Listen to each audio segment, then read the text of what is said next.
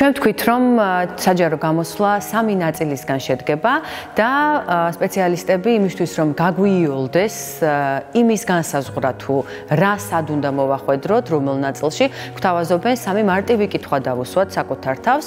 პირველი ეს არის თქვი რის თქმას აპირებ, რაც შესავალს გულისხმობს, გაგვიზიარე სათქმელი, ეს არის უკვე შესაბამისად ცენტრალური ნაწილი და მესამე კომპონენტს უნდა ესადაგებოდეს კითხვა, გითხარი რა მოგვიყევი ახლა.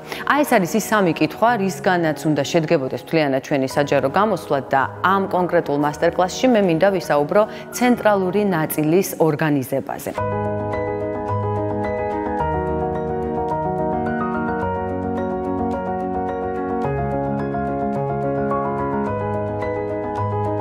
როგორც უკვე ვთქვით, შესავალში ჩვენ ყოველთვის ვაყალიბებთ იმ, ასე ვთქვათ, ქვესათაურებს, რაზეც ცენტრალურ ნაწილში გვექნება საუბარი, მაგრამ აქ ყოველთვის ისმის ხოლმე კითხვა, როგორ უნდა გამოვყო ეს ძირითადი საკითხები ჩემს ცენტრალურ ნაწილში.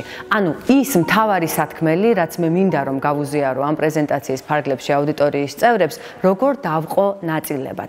ამისთვის რამდენიმე მეთოდია საჭირო, რომ ვიცოდეთ. პირველი ეს არის თემატური დაყოფა, რაც ყველაზე მარტივია და ყველაზე ხშირად ვიყენებთ ხოლმე. თემატური რას ნიშნავს, რომ მე ვიაზრებ იმ მთავარ სათქმელს, რაც მაქვს აუდიტორიისთვის და თემებს გამოვყოფ და აი ამ თემებზე ვკრავ შესაბამისად იმ ინფორმაციას, რა ინფორმაციაც მთლიანობაში მაქვს მისაწოდებელი. მეორე მეთოდი ეს არის ქრონოლოგიურად დაყოფა ინფორმაციის. ქრონოლოგიურად რას ნიშნავს? რა ხდებოდა ამ თემასთან დაკავშირებით, ამჟამად სად ვართ და მომავალში როგორ განვითარდება მოვლენები. ისევ და ისევ თუ თემა გვაძლევს ამის საშუალებას, რომ ან გვინდა ასევე რომ გარკვეული ექსკურსი თემასთან დაკავშირებით ამ პრეზენტაციაში ჩანდეს ამჟამინდელი მდგომარეობაც და ის თუ როგორ წყვეტთ ჩვენ ამა თუ იმ პრობლემას, ეს რა თქმა უნდა ქრონოლოგიური მეთოდით უნდა დაიყოს მაშინ ცენტრალური ნაწილი. მესამე მეთოდი ეს არის სივრცითი დაყოფა. სივრცითი დაყოფა ცოტა სპეციფიურია, მაგრამ თუ გავიაზრებთ თუ რას გულისხმობს, ძალიან მარტივად შეიძლება გამოვიყენოთ.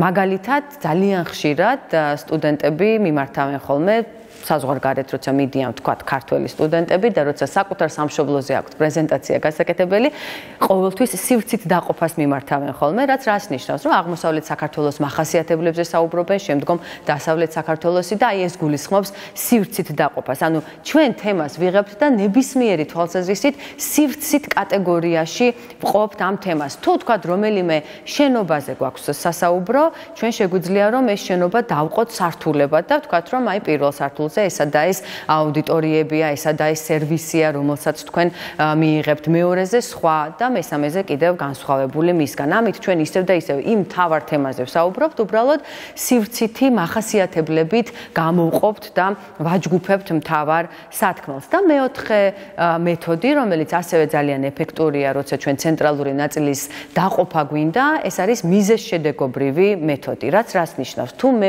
თემა მაძლევს საშუალებას, რომ ვისაუბრო ამჟამად რა ხდება და ჩემს მიერ მიწოდებული ინფორმაციის შემდეგ რა როგორ მოხდება, აი ესეთი შინაარსის თემატიკა ძალიან კარგია, რომ მიზეზშედეგობრივი მეთოდით დავყო და პირდაპირ ასევე გავატანო, ასე ვთქვათ, ეს მთავარი გზავნილი ჩემს აუდიტორიას და ჩემს მსმენელებს, რომ აი ამჟამად ასეა და თუ თქვენ გარკვეულ გადაწყვეტილებას მიიღებთ, გარკვეულ ქმედებას განახორციელებთ, რაღაცა შედეგს მიიღებთ.